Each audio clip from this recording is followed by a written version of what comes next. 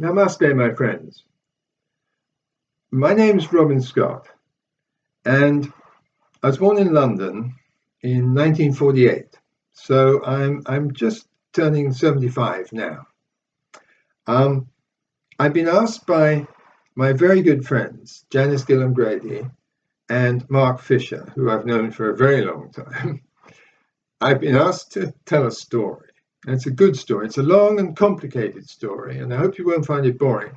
But I think it's interesting, and I think more than that, I think it's an important story. At least some of my friends tell me so. So it relates to the events of 1983, December, in Copenhagen, Denmark, when a couple of my friends and I managed, through a cunning ruse, to obtain copies of confidential materials from the advanced organization Denmark of the Church of Scientology. And this is a story, it's 40 years ago now. And funny enough, it's 50 years since I first joined the Sea Org in 1973 at St. Hill as a young man of 25. And I want to tell you a story because Janis knows that it's a good story. It's a remarkable story, and I think you're going to enjoy it. I'm certainly going to enjoy telling it to you. Now, I want you to indulge me because I want to start at the beginning of this video by spending some time telling you about my family background and about my educational qualifications and so on. And I hope you won't find that tedious, but it's important for me to tell it this way, and then we'll get to the story that Janis wants you to enjoy. So here goes. The Scott family tree of 1926 is a vast document covering 5 huge pages, tracing our ancestry back to 1700 and beyond, to Sir Walter Raleigh in the 16th century and John le Balliol, King of Scotland, in the 13th century. Predominantly, we've been a family of clergymen, with hundreds of Anglican priests in the Church of England over 4 centuries, most of whom were educated at Oxford or Cambridge, an imposing body of learning and service to the nation. The first of these was the Reverend Thomas Scott, born in 1747, who wrote a famous commentary on the Bible. Scott's Bible, in 3 leather-bound volumes, was the most popular version of the Bible in Victorian times, both in the United Kingdom and in the United States.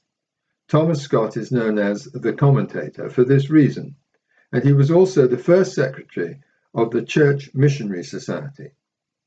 He was associated with the Wesley brothers and was a personal friend of the poet William Cowper and of John Newton, the former slaver and author of Amazing Grace.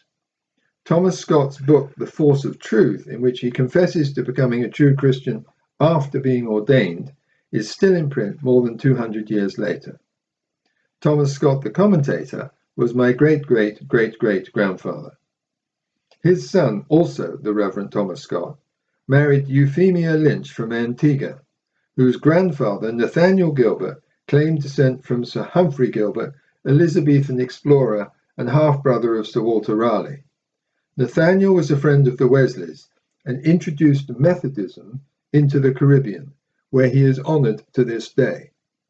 Thomas and Euphemia had 13 children, including the Reverend John Scott of Hull, my great-great-grandfather. The Scott family tree contains many brilliant and distinguished individuals, notably Viscount Alveston, Lord Chief Justice of England and Wales, from 1900 to 1913, and the Nobel Prize winner, physicist Sir Martin Ryle, the Astronomer Royal. The Reverend John Scott's younger brother was my great-great-uncle, Sir George Gilbert Scott, renowned neo-Gothic architect, who designed the Albert Memorial, St Pancras Railway Station, and the Foreign Office in London, as well as many churches, including Christchurch Cathedral in New Zealand. He's buried in Westminster Abbey.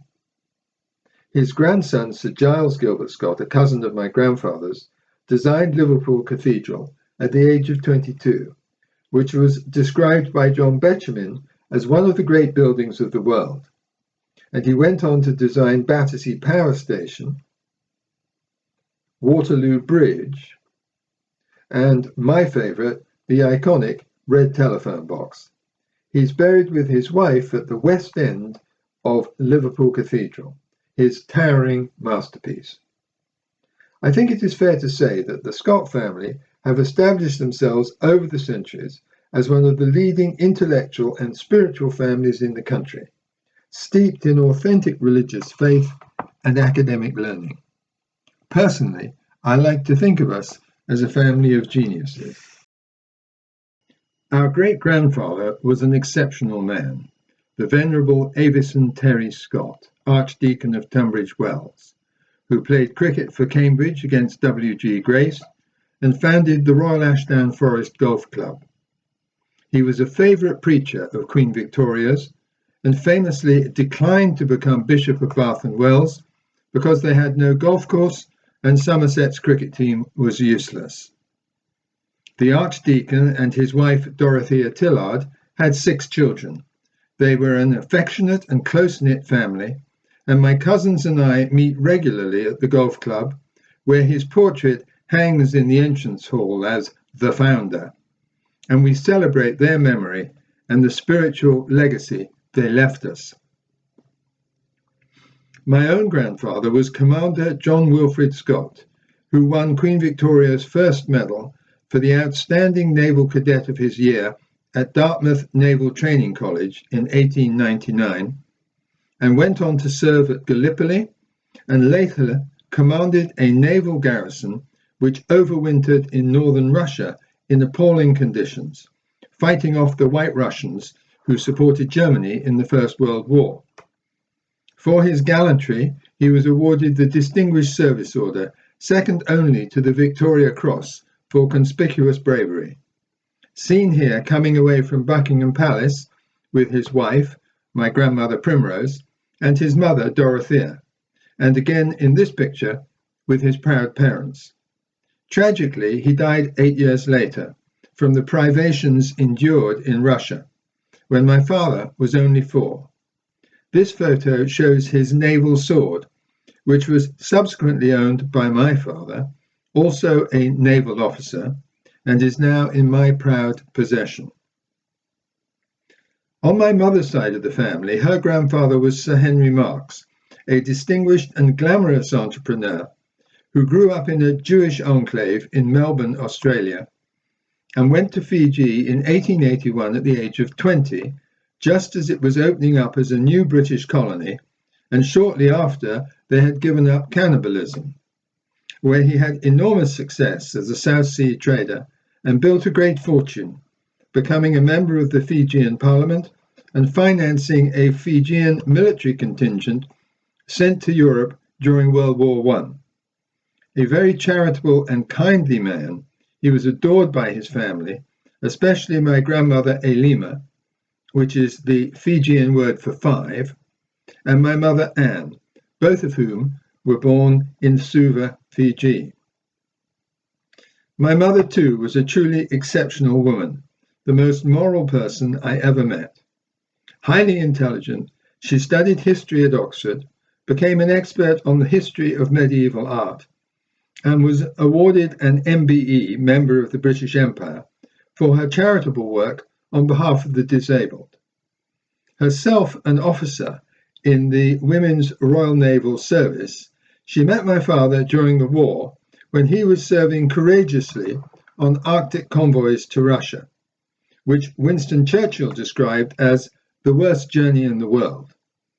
They married in September 1946, and my father was subsequently posted to Malta, where he served on Earl Mountbatten's personal staff.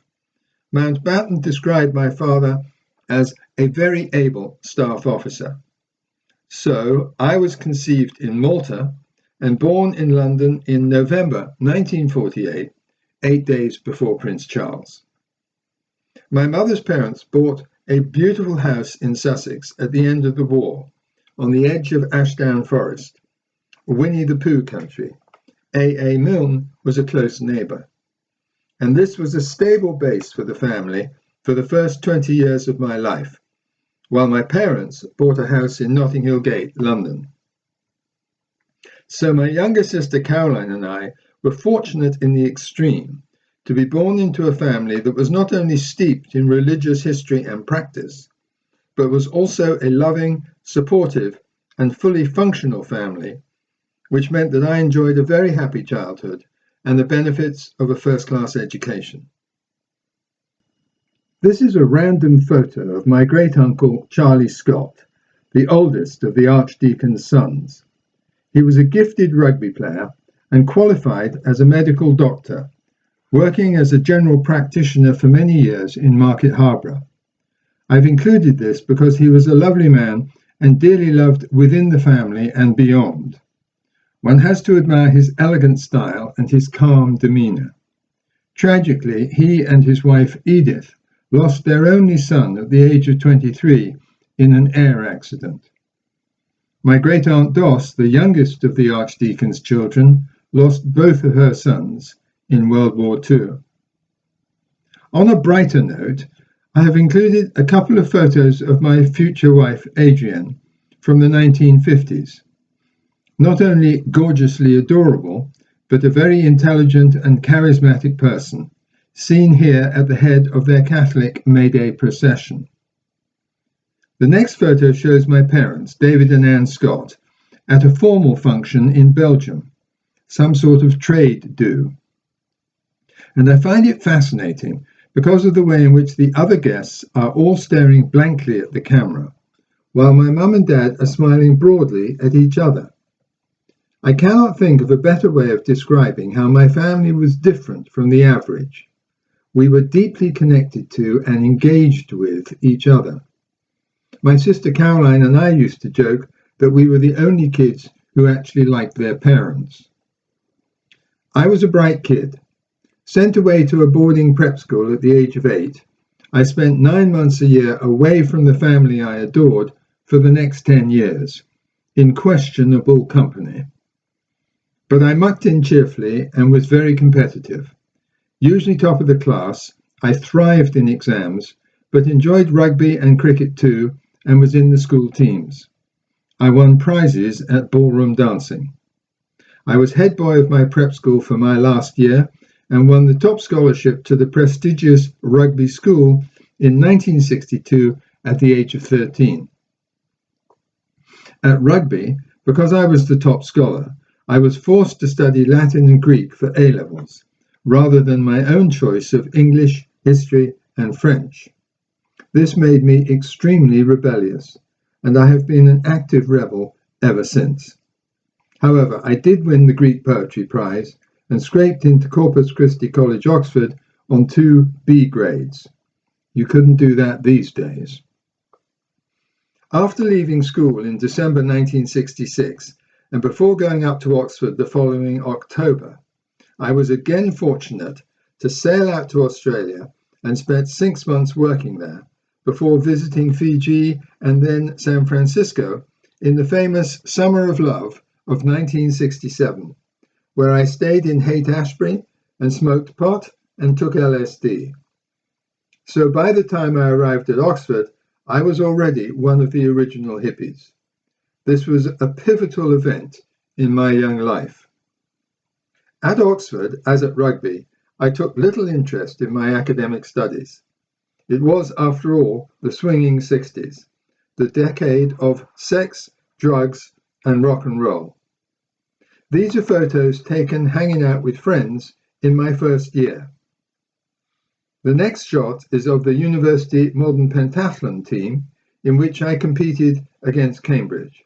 We lost. That's me on the left with the curls. But because my sister Caroline was a debutante in 1969, I was invited to many cocktail parties and dances and moved in high society, even royal circles. I had many aristocratic friends, both in London and Oxford, including my beautiful girlfriend, Lady Felicity Stopford, who was the daughter of the Earl of Cortown, at that time chairman of Imperial Chemical Industries.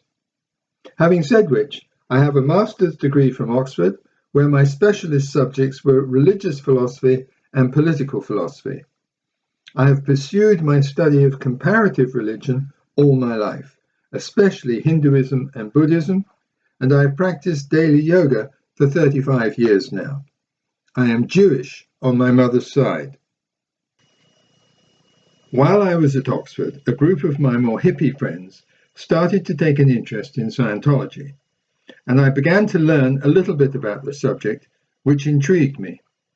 I graduated in 1970, but it wasn't until the autumn of 1971, on holiday in Scotland, that I first read Dianetics, the Modern Science of Mental Health.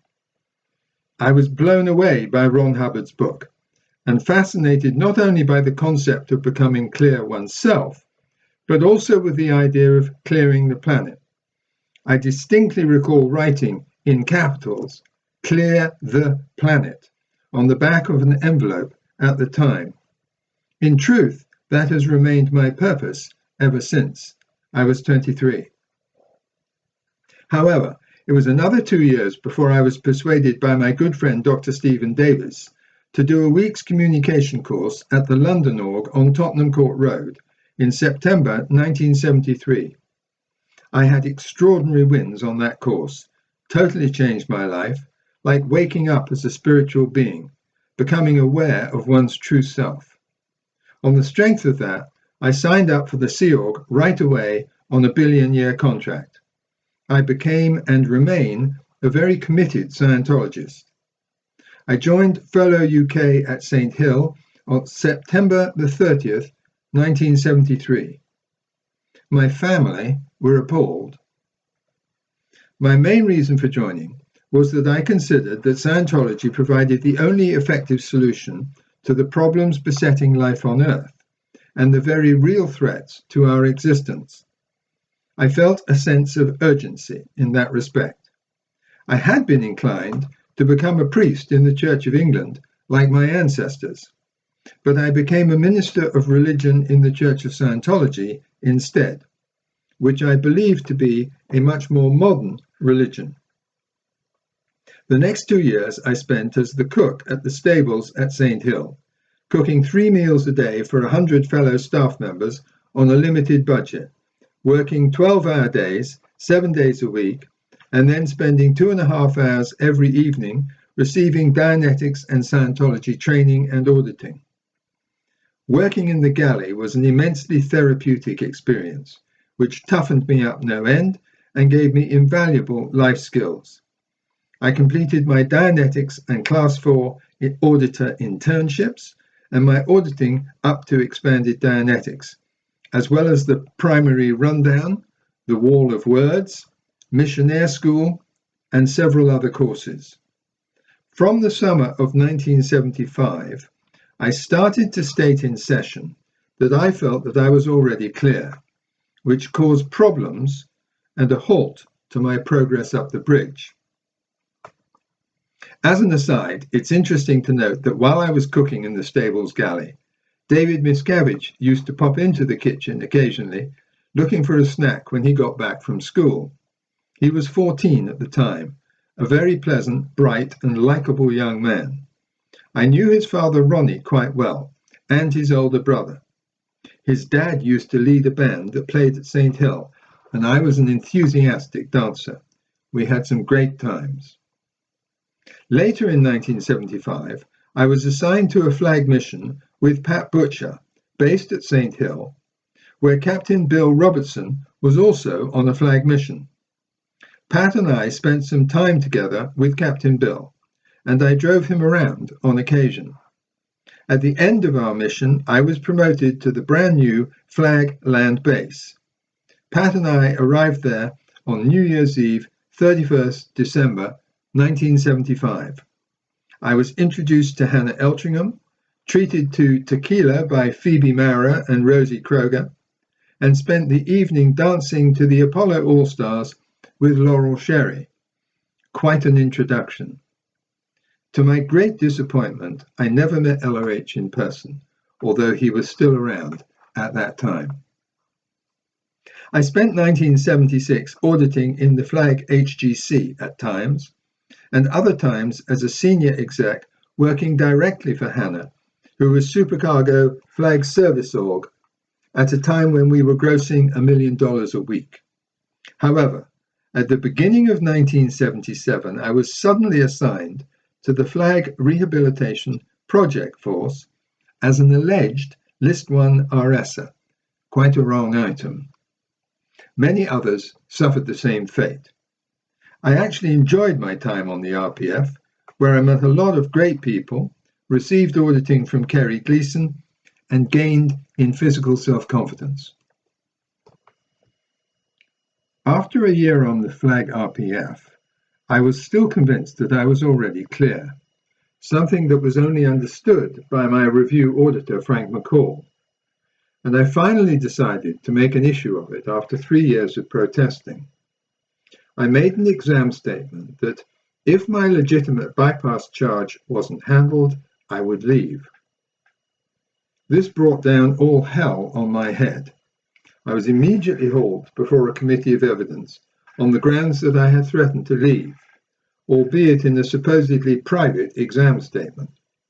Chairman Jens Bogvad and Secretary Kathy Rinder ensured that I was found guilty, declared a suppressive person, expelled from the church, and offloaded back to the UK early in 1978.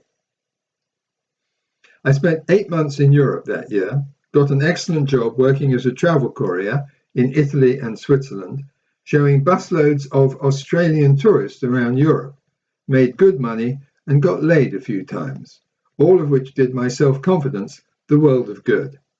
I spent some time with my sister Caroline and her family. Then I decided to return to Clearwater and request a review ComEv just as the Dianetic Clear Bulletin came out. I stayed for a few weeks at the Grey Moss Inn, directly opposite the Fort Harrison, and hung out at Clearwater Beach. My good friend Jerry Pars was the chairman, and I was exonerated, my SP declare overturned, and I was returned to the Flag RPF in October 1978. I was quickly promoted within the RPF, and as deputy bosun, I supervised the setups for David Mayo at the Knots launch event at the Fort Harrison in November, on the strength of which I was promoted to bosun by the CMO. Ken Urquhart and Dennis Ehrlich, the technical terminals, permitted me to attest to the state of clear OT at that time. As RPF bosun, I made Hannah and Dennis Ehrlich my MAAs, and then proceeded to write an eval called The End of Endless RPFs, in which I allocated outpoints to both LRH himself and the Flag crew for their attitude towards RPF members. For this flagrant insubordination, I was immediately busted and assigned to the RPF's RPF by the CMO, which meant that I spent Christmas and New Year 1978-79 under guard in the basement boiler room of the Fort Harrison Hotel in sweltering heat, polishing the boilers and repenting of my sins, emerging 10 days later to find that some bastard had stolen my jeans in my absence. Shortly after this episode, I was backloaded to the UK, where I completed the RPF and took a post in Mimeo at St Hill, soon thereafter being promoted to Action Chief UK and then to DCO UK. In September 1979, I married my beautiful wife Adrienne, who was the Has at Furlough UK. During this period, I was finally able to complete the old OT levels up to full OT 7. In 1980, Ron Hopkins took over as CO UK, and Adrian and I became increasingly disenchanted with our lives in the Sea Org. The atmosphere was becoming more and more authoritarian and fixated on money, which is not what we had signed up for. On top of that, the living conditions were deteriorating. I was reprimanded on one occasion for taking too many eggs to cook breakfast for my young family, my 2 small stepchildren, and Adrienne, who was, in early 1981, already pregnant with our son. More than anything else, that convinced us to root out of the Sea Org in March of 1981 after 8 years' service. I was very fortunate to get a well-paid job on the North Sea oil rigs, so we moved up to Scotland and bought our first house in November of that year. Our son Edward was born in September, and it was a very happy time for us as a family, enjoying our newfound freedom and prosperity. We supposedly had a freeloader bill, but no interest in paying it. We continued happily in our new life for a couple of years, until early in 1983, when I received a communication from my friend Neville Chamberlain, which contained a document known as the Dane Tops Open Letter. This was a fascinating account of how David Miscavige and the RTC had taken over control of the Church of Scientology and smashed the Mission Holders Network. At the same time, news reached us that David Mayo had broken away from the Sea Org and had set up an alternative Independent Scientology Organization in Santa Barbara called the Advanced Ability Center, along with John Nelson, former COCMO, and Harvey and Donna Haber, friends of mine. Bear in mind that David Mayo was the Senior Case Supervisor International and supposedly LRH's technical successor, the most senior technical terminal on the planet. Other veteran Sea Org staff had also joined: Frankie Friedman, Ken Urquhart, Maud Dorr, Mary Maron, Alan Buchanan, and many others. These were all people for whom I had the greatest respect and affection. So it occurred to me that Adrian and I should consider doing exactly the same and set up a sister Advanced Ability Centre in Scotland. I learned that my friends in East Grinstead down south, Steve Bisbee, Morag Balmain, and Ron Lawley, were also planning to do the same. It so happened, by the most extraordinary piece of great good fortune, that a beautiful property which Adrian and I had happened to drive by the year before came onto the market at a ridiculously cheap price. Candercraig House in rural Strathdon, a Scottish mansion with 12 bedrooms and 7 bathrooms, along with 5 separate cottages in grounds of 22 acres, was offered for sale at £110,000. With the help of my business colleague in Aberdeen, Eric Yule, we were able to acquire it for £120,000 plus an additional £20,000 for furniture and contents. We immediately set about recruiting the experienced and highly qualified staff we would need to run an AAC, delivering the entire Scientology bridge up to and including knots. On a trip down south in the summer of 1983, I had a meeting with Steve Bisbee, Morag Balmain, and Ron Lawley at the Copthorne Hotel between East Grinstead and Gatwick. Given our shared plans, the conversation focused on the need to acquire authentic original copies of the highly confidential NOS materials. Steve and Ron told me of an idea they had of impersonating a flag mission in order to obtain copies of the NOS materials. Amid much laughter, I thought this was a brilliant idea. The problem was, if we tried such a stunt at the Advanced Org St. Hill, we would all be instantly recognized. So the notion emerged that if we traveled to Copenhagen, we could try the Advanced Org Denmark instead, which was the next closest Advanced Org to the UK. I believe that my contribution to that conversation was that I turned a clever and amusing idea into a concrete plan. My view was that we could do it, and indeed that we should do it. So we started to put our plan into action. Clearly, the most immediate requirement was a set of genuine Sea Org uniforms, caps, lanyards, and all the paraphernalia. We gradually acquired these, and when I was free from my offshore work requirements, we gathered in East Grinstead in early December 1983. We decided that driving to Denmark was our best option, and I happened to have a Volvo estate car which, being Swedish, was perfect for the purpose.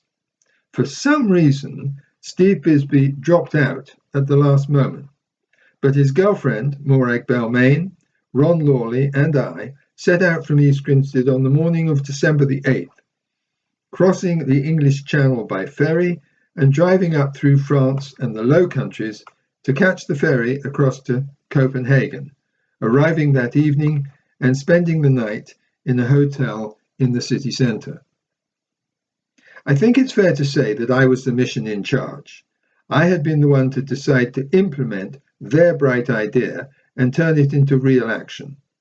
I had taken care of the bulk of the logistics, and I was driving the car. I was literally in the driving seat. The next morning, we devised our battle plan. We decided that I should go into the advanced org and do a reconnaissance, case the joint, so to speak. So I went to the org and spent an hour or so telling the staff there, none of whom recognized me, luckily, that I was interested in doing my NED for OTs there. Of course, I was treated as a VIP and shown round the premises.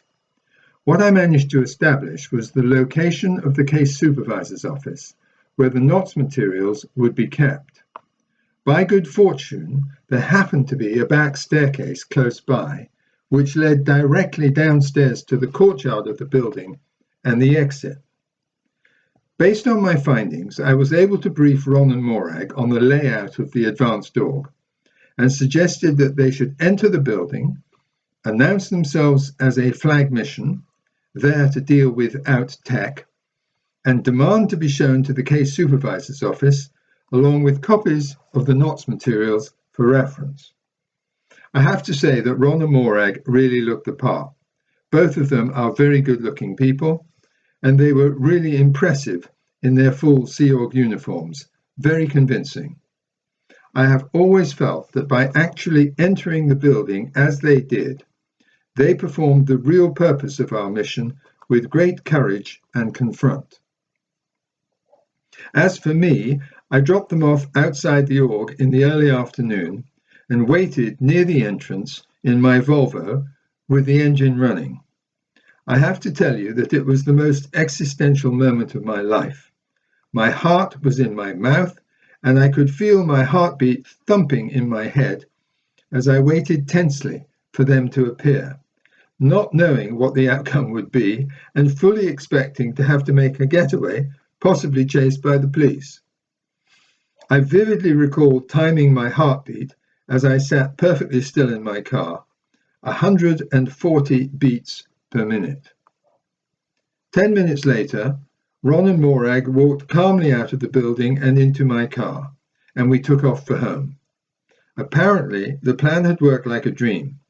The CO and the org were full of apologies for their out tech, and immediately did everything our flag missionaries demanded. They were shown to the case supervisor's office and presented with no less than 3 sets of the NOTS materials, plus a complimentary copy of the OT3 materials. They waited quietly for a few minutes and then unobtrusively departed by the back staircase I had identified and into my car. We had a slogan for our journey there and back: "Who dares wins, asshole." This was a spoof on the Special Forces motto, combined with David Miscavige's favourite word. We used it repeatedly to poke fun at our adversary and as a way of celebrating what we knew would be a real slap in the face against both Miscavige and LRH himself. It so happened that Ron Lawley is a black belt at martial arts, and what I liked most about this adventure was that we used the Sea Org's energy and turned it to our advantage, knowing that Sea Org members will instantly comply with a flag mission. In fact, it was a brilliant application of the missionaire tech we had learned in the Sea Org. Back home, we were treated like heroes.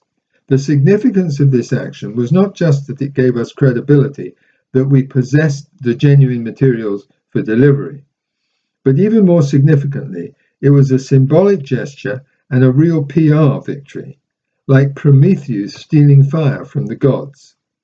This was recognized and appreciated by no less a person than Captain Bill Robertson, who arrived suddenly and unexpectedly with his girlfriend Sylvie Patterson at Candercraig in the heart of the Scottish Highlands, just in time for Christmas and New Year.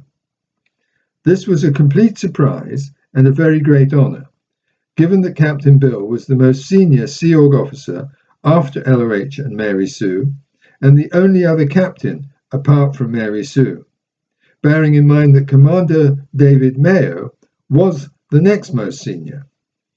I've always felt that it was highly significant and important that the two most senior and veteran Sea Org officers spearheaded the independent Scientology movement of the 1980s, in which I was privileged also to play a leading role. To my complete surprise and astonishment, Captain Bill presented me with a beautiful ceremonial sword in honor of our achievement, which he clearly admired and respected. On this sword, he had inscribed a poem he had written called The Phoenix, to accentuate the concept of the independent movement rising from the ashes of the church. He had signed the poem with his nom de plume, Astar. To my delight, the sword and the poem are dedicated on the hilt of the sword to Robert the Fox of Candor Craig. This is a reference to the character in LOH's book Battlefield Earth. Robert the Fox was a leading and very cunning rebel in the successful revolution in that book. That Captain Bill identified me in that role was not only highly perceptive of him, it was also a great compliment and honor for me.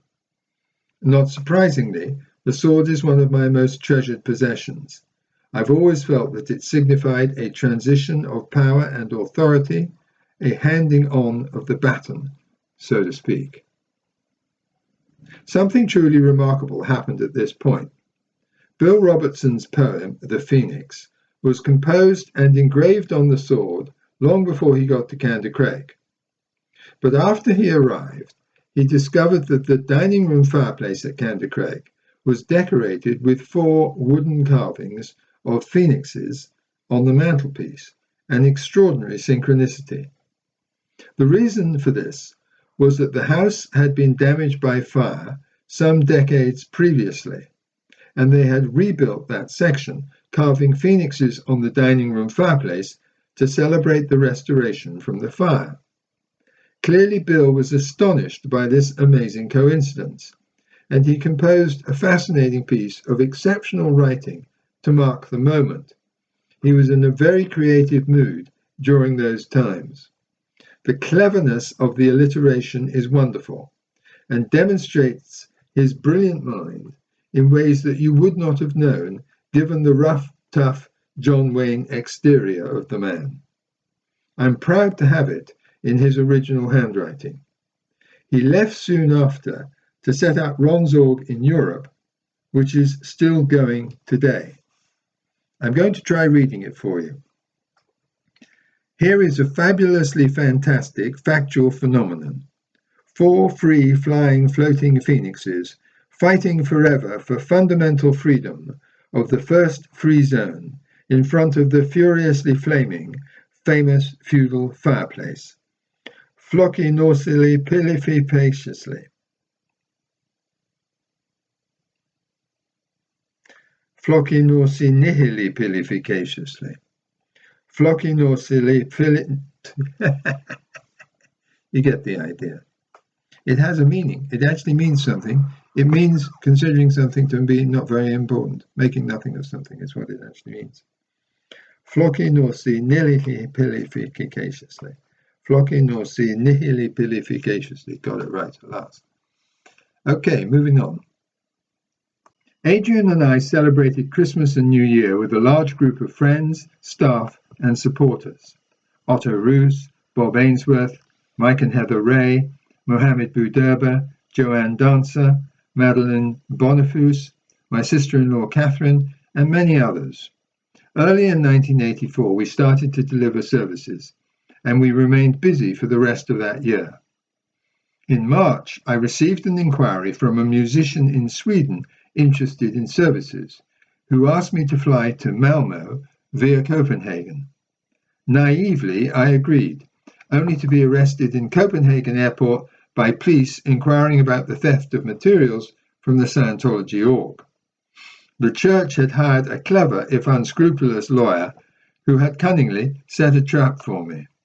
I spent 4 weeks in solitary confinement in Copenhagen jail, while the police concluded their inquiries and my own lawyer prepared my defence.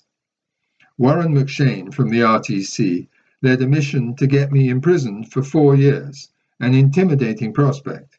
Happily, when it came to court, I was given a light sentence and released the next day, much to the disappointment of all the SEAL personnel in their full naval uniforms at the back of the court.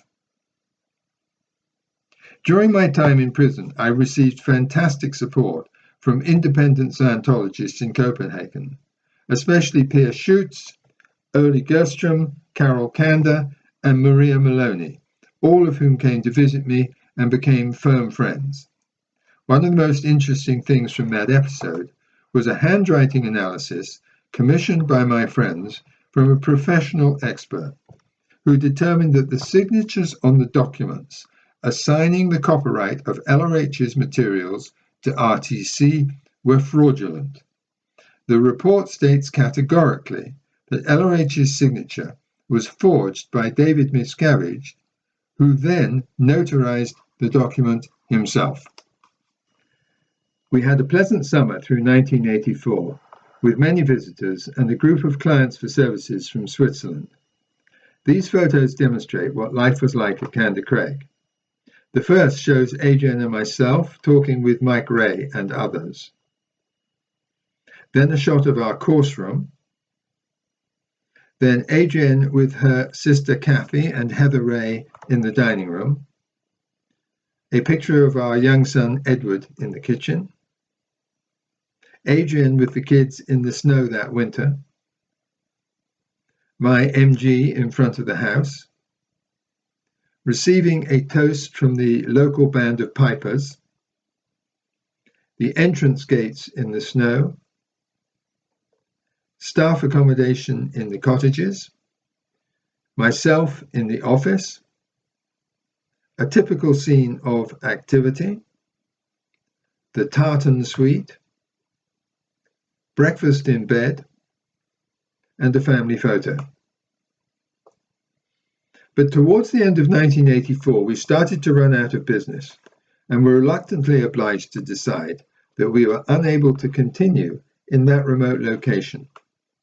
Most of our staff relocated to Edinburgh at the beginning of 1985, where they would be closer to population centres. Adrian and I, however, decided not to continue offering Scientology services, since we had begun a process of reviewing our commitment to Scientology, and especially the OT levels, which no longer held our confidence as a workable technology. It was perhaps ironic that I had rescued the NOTS materials from the church, only to decide in the light of experience that I didn't value them as a workable technology. I distinctly recall sitting down to read the NOTS packs on my return from our Copenhagen heist, and feeling a sense of disappointment that they were just more of the same OT3 material, BTs and clusters, which held little interest for me. During the early months of 1985, while we were still living at Candor Craig, I wrote an article called The Scientology OT Levels, Fact or Fiction, in which I questioned the validity of the material and indicated that I felt that LRH had invented the OT levels as a sort of science fiction, simply to make money, which I was no longer willing to do. I wrote another article called An Infinity of Bridges, copied here for your interest, in which I suggested that there are many other routes to OT. Having thought about this for many years now, my eventual conclusion is all of the tech up to and including Clear is valid, but the OT levels are bogus, fraudulent, and damaging. The next thing that happened is that we received a visit from this guy, although he was younger and better looking in those days. Jesse Prince and Kurt Weiland arrived unannounced on a mission from RTC. My immediate reaction was to demand they leave our house, which gave me considerable pleasure, especially as they had travelled thousands of miles. However, I received a phone call a few days later in which Jesse was charming and persuasive, so I invited them back for negotiations. Actually, Jesse and I got on really well, and we rapidly forged an agreement which we both felt did justice to both sides, which is copied here for you to study at your leisure, if you're interested. As part of that agreement, I drafted an affidavit giving details of our previous actions regarding the NOTS materials, which I offered to sign as and when they honored their side of the deal by dropping their lawsuits against us. The affidavit is also copied here. However, it soon became clear that David Miscavige had no intention of honoring our deal, and they fraudulently presented my affidavit in court in the US as if I had signed it, which I never did. I wrote to Jesse as RTC Deputy Inspector General on the 23rd of May, 1985, effectively indicating that they had reneged on the proposed deal. The litigation between us rumbled on for another 10 years, when Ron Lawley and I were presented with a bill for £27,000 of church legal costs, which neither of us wished to pay. So we were both obliged to file for bankruptcy in 1995. Meanwhile, Adrian and I got on with our lives with our 3 children. In 1987, we visited Bruce and Bonnie Bishop in Mallorca. I recall having dinner there with Stanley Clark and his wife Carolyn, while we were all being tailed by church investigators. During that period, we became interested in yoga and took up Shivananda yoga seriously at the beginning of 1988, a spiritual discipline that I've continued for 35 years now, an hour early every morning.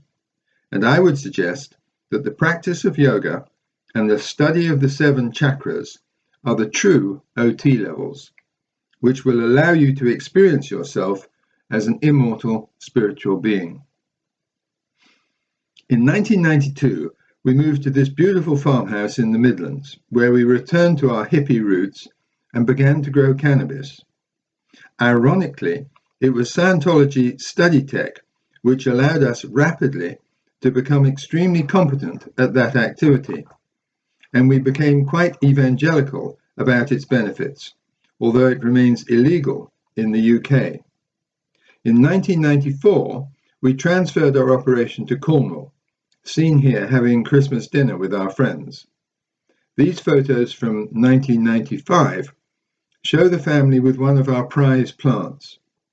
But in December 1995, we were arrested and eventually sentenced to prison for growing the best and most potent cannabis ever recorded in the UK at that time, a record I'm extremely proud of.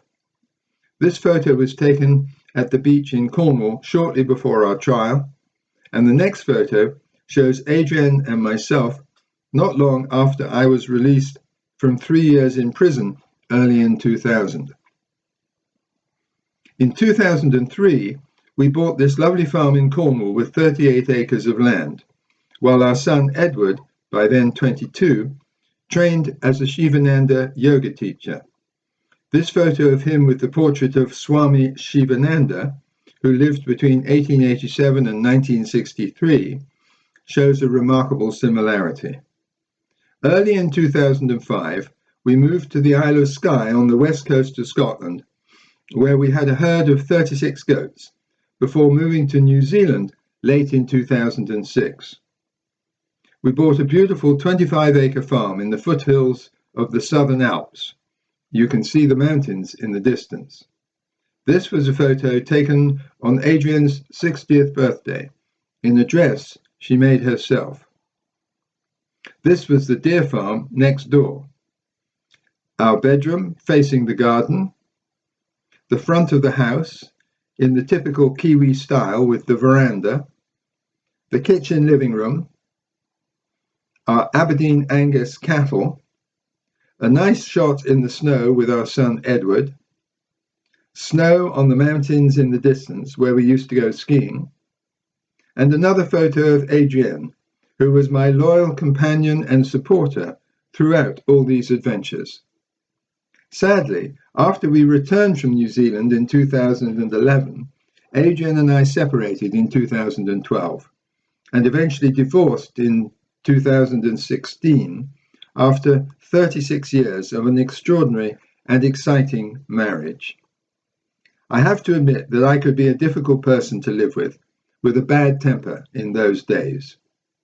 She has very happily settled with our two younger kids in a lovely house not far from me, and I now live in this charming cottage where I've been writing books about both Scientology and cannabis. I'm currently working on a new book about Tantra, the yoga of sex. I'm going to conclude, if I may, with some more general comments about Scientology and the Sea Org, and some of the conclusions I've come to in my book on the subject. Firstly, I think where LRH and Scientology left the rails was in 1966-67, when he invented the OT levels, which are, in my opinion, second-rate science fiction. Up to CLEAR and all the associated technology, ethics tech, study tech, admin tech, TRs, data series, and so on, are all perfectly valid and workable. 2. I believe that LRH was sent here on a mission, from the mothership, Captain Bill would say, to bring the technology of Scientology to help clear the planet. This has proved to be a failed mission due to out-ethics, both LRH's and the rest of us. 3. As a result, the world is now hurtling towards catastrophe, and there appears to be no other technology with the capacity to salvage the situation. 4. I personally believe in the concept of the Sea Org, and I still consider myself to be a Sea Org member on a billion-year contract. 5. Bearing in mind that it took the Christian religion over 300 years to become established, I reckon we're still going through the early stages of a major new world religion, as LRH predicted. 6. It is my firm intention as an OT to continue reincarnating in order to complete the job in due course. We come back is the Sea Org motto. And 7, I fully appreciate that I may be the only person to think this way, but it is nevertheless my considered opinion after all these years. Finally, I consider that the independent Scientologists and Sea Org members of the early 1980s were and will remain the true heroes of Scientology. David Mayo, Captain Bill, and all the others that I have named demonstrated real integrity and moral courage in separating out from the church and creating a new environment for the delivery of Scientology, once they realized that the church was heading in the wrong direction. Their commitment to the subject was paramount. The reason why the independent movement faltered was not so much the opposition from the church, but rather because not enough people joined us in creating a viable alternative. To this day, I'm sorry to say, I struggle to understand how so many people remained in the Sea Org and the church after 1982, when it became quite clear that Miscavige was a psychotic suppressive. It was those people who continued to work for Miscavige who enabled him to seize permanent control. It was not until around 2009, 2010, almost 30 years later, that Marty Rathbun and Mike Rinder emerged from RTC to begin spilling the beans. What took you so long, my friends? Those of us who fought the good fight back in the day were the loyal officers of our time. Whatever the final outcome, we covered ourselves in glory and have earned undying fame. Good karma. Namaste, my friends.